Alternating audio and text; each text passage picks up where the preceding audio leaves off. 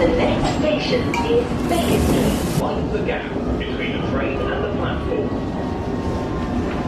Euston Square. Now, something rather splendid has happened today because Theo Usherwood, our political editor, is professionally forbidden to have opinions, as you may have noticed. He has to walk tightropes.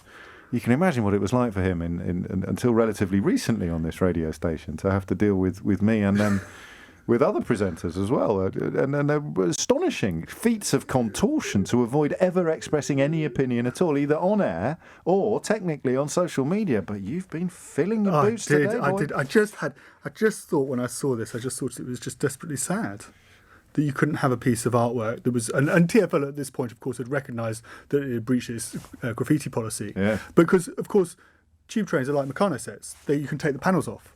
So one option, listening to you, James, is you could actually take all the panels from the doors off, from the front end of the train off, and place them in a museum like the London Transport Museum, and people could come and see them and then just replace them. Modern. So what do you think happened?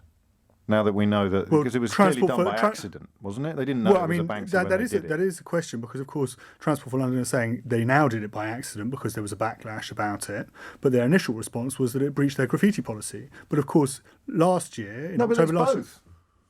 Why are you being so mean to Transport for London? No, I'm not being mean, because the point is that the initial response was that they took a considered decision. Oh, was it? Oh, I missed that. And that they took they looked at it. So they knew it was a Banksy. And said, well, this... Are you sure? Are you sure, Theo? Well, that was their Hashtag initial... fake news? That was the inference from what they said in their statement. You've been taking inferences. Well, if you honestly, look at their you give him an inch, he takes a mile. You've lived you your look first at their ever statement, public opinion, and you're already doing inferences. If you look at their statement, James yes, O'Brien, I am looking at their look at their statement. I've got it in front of me, Theo Usherwood.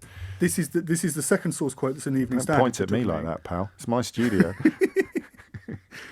We need to get onto PMQs in a second. And what's going to come? 56. We appreciate the sentiment of encouraging people to wear face coverings, which the vast majority of customers on our transport network are doing. In this particular case, the work was removed some days ago due to our strict anti-graffiti policy. Exactly. Yeah. So they didn't know it was a Banksy. Well, some poor geezer gets on a tube. But why did you remove a Banksy? Oh, it breached our It didn't. Yeah. They didn't say that it didn't. They didn't know it was a Banksy. They said you ring them up. You say, why did you remove this Banksy that's potentially worth millions of pounds? And they say, oh, well, it breached our graffiti policy. Yeah, but we didn't know it was a Banksy. But they didn't say that, though, did they? No, that was implied. No, it didn't say that. It was in brackets. It did not say that. Why would it say because that? you would say that if you'd made a mistake. But they didn't think they'd made a mistake in removing a piece of artwork that was potentially worth hundreds of thousands, if not millions of pounds. They didn't know it was a Banksy. Well, now they're blaming it on the cleaner. They're not blaming it on anyone. They are blaming it on the cleaner because they're saying they're saying we did the right thing. It was removed days ago by a our cleaner. strict anti-graffiti policy. They're not but apologising. They didn't say they didn't Theo, mate, this is bad.